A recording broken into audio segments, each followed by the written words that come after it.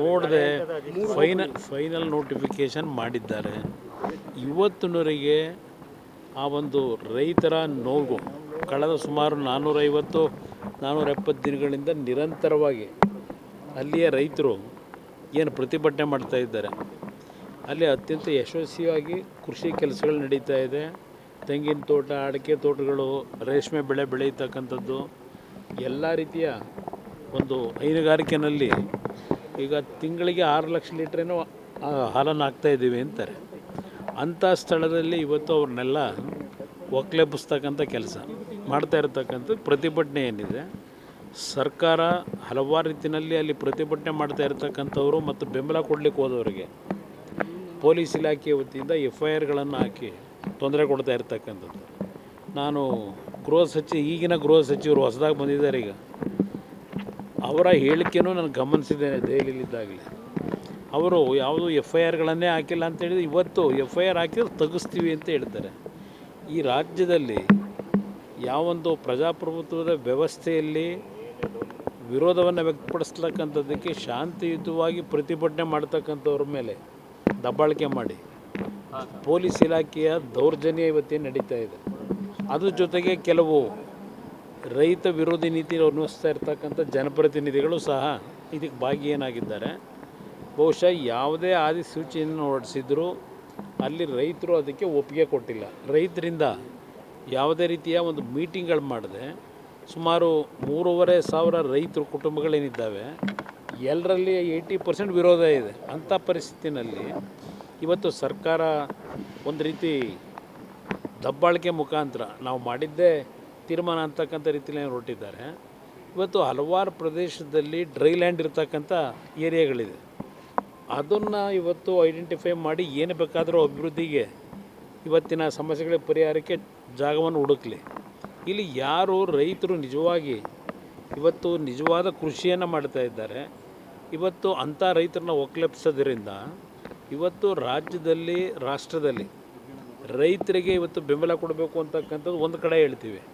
ಇವತ್ತು ಆಹಾರ ಉತ್ಪಾದನೆ ಇರ್ಬೋದು ಮತ್ತು ಬೇರೆ ಬೇರೆ ದೇಶಗಳಿಗೆ ರಫ್ತು ಮಾಡ್ತಕ್ಕಂಥ ರೀತಿಯ ಒಂದು ತೋಟಗಾರಿಕೆ ಒಂದು ಕೃಷಿ ಕೆಲಸವನ್ನು ನಿರ್ವಹಣೆಯನ್ನು ಮಾಡ್ತಾ ಇದ್ದಾರೆ.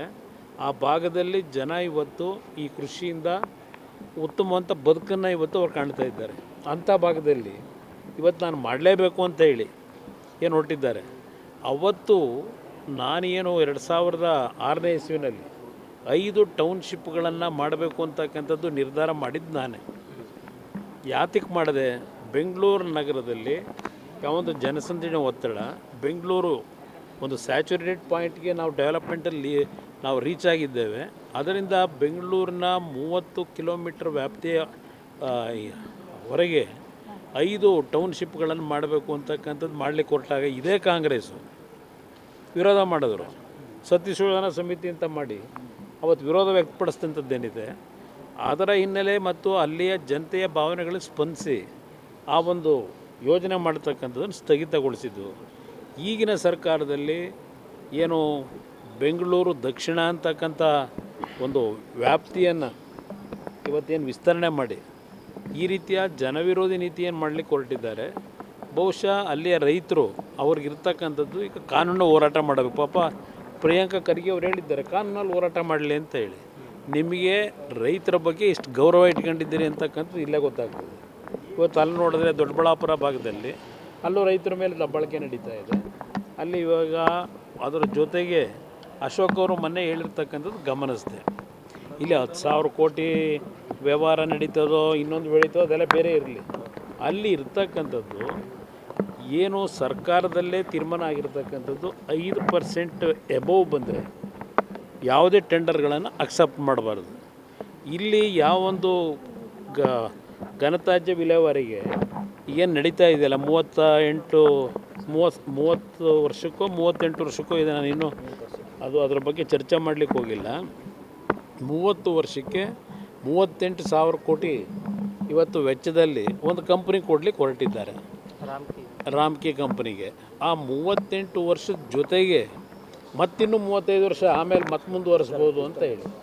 ಮುಂದಿನ ದಿನಗಳಿಗೆ ಏನಾಯ್ತದೆ, ಯಾವ್ಯಾವ ಟೆಕ್ನಾಲಜಿ ಬಂದಿರ್ತದೆ, ಇದೆಲ್ಲ ನಮಗೇನು ಗೊತ್ತಿದೆ. ಹಲವಾರು ರೀತಿಯ ಟೆಕ್ನಾಲಜಿಗಳು ಇವತ್ತು ಬರ್ತಾ ಇದೆ. ಇವತ್ತು 38 ವರ್ಷಕ್ಕೆ ಕೊಡ್ತಕ್ಕಂಥ ಅವಶ್ಯಕತೆ ಏನಿದೆ? ಕೊಡ್ತಾ ಇರತಕ್ಕಂಥದ್ದು ಯಾವ ಆಧಾರದ ಮೇಲೆ ಕೊಡ್ತಾರೆ? ಫೈನಾನ್ಸ್ ಇಲಾಖೆಯಿಂದ ವಿರೋಧ ಇದೆ. ಆರ್ಥಿಕ ಇಲಾಖೆ ಅಧಿಕಾರಿಗಳು ವಿರೋಧ ವ್ಯಕ್ತಪಡಿಸಿದ್ದಾರೆ. ಅದು 19%, 18% ಎಬೋವ್ಗೆ. ಇವತ್ತು ಅದೇನು 21 ಪ್ಯಾಕೇಜೋ 22 ಪ್ಯಾಕೇಜೋ ಅದೆಲ್ಲ ಇದೆ. ಆಮೇಲೆ ಒಂದು ಸಲ ಮಾತಾಡೋಣ ಕೂತ್ಕೊಂಡು ನಿಧಾನಕ್ಕೆ. ಅದರಲ್ಲಿ ಒಂದು ಪ್ಯಾಕೇಜ್ ಬಿಟ್ಟರೆ ಇನ್ನು ಉಳಿದಿದ್ದೆಲ್ಲ 17-18% ಎಬೋವ್ ಇದೆ. ಅದರ ವಿರುದ್ಧ ನಾವು ತಕರಾರೆಲ್ಲ ತೆಗೆದಿರೋದು ವಿರೋಧ ಪಕ್ಷಗಳು. ನಿಮ್ಮ ಇಲಾಖೆಯ ಅಧಿಕಾರಿಗಳು ಇವತ್ತು ತಕರಾರು ತೆಗೆದಿರ್ತಕ್ಕಂಥದ್ದು, ವಿರೋಧ ವ್ಯಕ್ತಪಡಿಸಿರ್ತಕ್ಕಂಥದ್ದು ಅಲ್ಲೇನೆ. ಇದೇನೋ ಕಮಿಟಿಯನ್ನು ಮಾಡ್ಕೊಂಡ್ರಲ್ಲ, ಆ ಕಮಿಟಿ ವರದಿ ಏನು ಕೊಟ್ಟರೋ ಗೊತ್ತಿಲ್ಲ. ಆ ಕಮಿಟಿ ಇವರೇನು ಹೇಳ್ತಾರಲ್ಲ ಅದು ಕೆಬ್ಬಟ್ಟೋತಾರೆ ಈಗಿನ ಕಮಿಟಿ. ಏಕೆಂದರೆ ಎಲ್ಲರಿಗೂ ಬುಲ್ಡೋಸ್ ಮಾಡ್ತಕ್ಕಂಥ ವ್ಯಕ್ತಿ. ಅದರಿಂದ ಇದು ದೊಡ್ಡ ಒಂದು ಅನಾಹುತ ಬೆಂಗಳೂರು ನಗರದ ನಾಗರಿಕರ ಮೇಲೆ ಹೊರೆ ಆಗ್ತಕ್ಕಂಥದ್ದು ಇದೆ. ಅದರಲ್ಲಿ ಯಾವ ಸಂಶಯ ಇಲ್ಲ. ಅದು ನೋಡೋಣ, ಗೃಹಲಕ್ಷ್ಮಿದು ಈಗ ಅದೇನೋ ಒಂದು ಮೃತರಾಗಿದ್ದಾರೆ, ಅವರಿಗೆಲ್ಲ ಅವ್ರ ಅಕೌಂಟಲ್ಲಿ ದುಡ್ಡು ಹೋಗ್ತಿದೆ. ಇದೆಲ್ಲ ಹೊಸದಾಗಿ ಏನು ಶುರು ಮಾಡ್ಕೊಂಡವರು ಸುಮಾರು 2 ಲಕ್ಷ 4 ಲಕ್ಷ ಇವತ್ತು ಕಡಿತಗೊಳಿಸಬೇಕು ಅಂತ ಹೇಳಿ ಅದು ಏನೇನು ಮಾಡ್ತಾರೆ ನೋಡೋಣಂತೆ.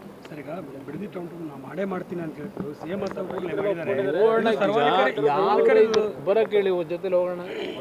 ಅಲ್ಲ, ಒಂದು ನಿಮಿಷ ಮುಖ್ಯಮಂತ್ರಿಗಳಿಗೆ ಆಹ್ವಾನ ಕೊಡೋಣಂತೆ, ಹೋಗೋಣಂತಲ್ಲಿ ಜನಗಳ ಹಳ್ಳಿಗಳಿಗೆ ಹೋಗೋಣ. 8 ಹಳ್ಳಿ ಇವ್ರು ಮಾಡಿದಾರಲ್ಲ, ಹೋಗೋಣಂತೆ ಹಳ್ಳಿಗಳಿಗೆ. ಹಳ್ಳಿಲಿ ಜನ ಎಷ್ಟು ಜನ ಅದಕ್ಕೆ ಒಪ್ಪಿಗೆ ಕೊಟ್ಟಿದ್ದಾರೆ? ಎದುರುಗಡೆ ಚರ್ಚೆ ಆಗಲಿ, ಪ್ರತ್ಯಕ್ಷವಾಗಿ ಚರ್ಚೆ ಮಾಡೋಕ್ಕೆ ತಯಾರಾಗಿದ್ದಾರೆ. ಜನವೇ ತಯಾರಾಗಿದ್ದಾರೆ. ನಾನು ಹೋಗ್ಬೇಕಾಗಿಲ್ಲ, ನೀವು ಹಳ್ಳಿಗೆ ಹೋಗಿ ಬಂದ್ರಪ್ಪ, ಗೊತ್ತಾಗುತ್ತೆ. ಇವತ್ತು ಯಾವ ಶಾಸಕರ ಹೆಸರು ಹೇಳ್ತೀರಿ, ಅಲ್ಲಿ ಜನ ಓಡಿಸಾಡಿದ್ದು ಗೊತ್ತಿಲ್ವಾ? ಅಲ್ಲಿ ಹೋದಾಗ ಅಲ್ಲಿಂದ ಅವರೇ ಓಡಿಸ್ಕೊಂಡು ಹೋದಂಥದ್ದು ಪ್ರಕರಣ ನಡೀತಲ್ಲ, ಶಾಸಕರನ್ನ ಕದ್ದು ಹೋದ್ರಲ್ಲ, ಅವರೇ ಎಲ್ಲ ನಡೆದಿರತಕ್ಕಂಥ ಒಂದು ಘಟನೆಗಳಲ್ಲಿ. ಸಂಪೂರ್ಣ ನ್ಯೂಸ್, ಇದು ನೊಂದವರ ಧ್ವನಿ.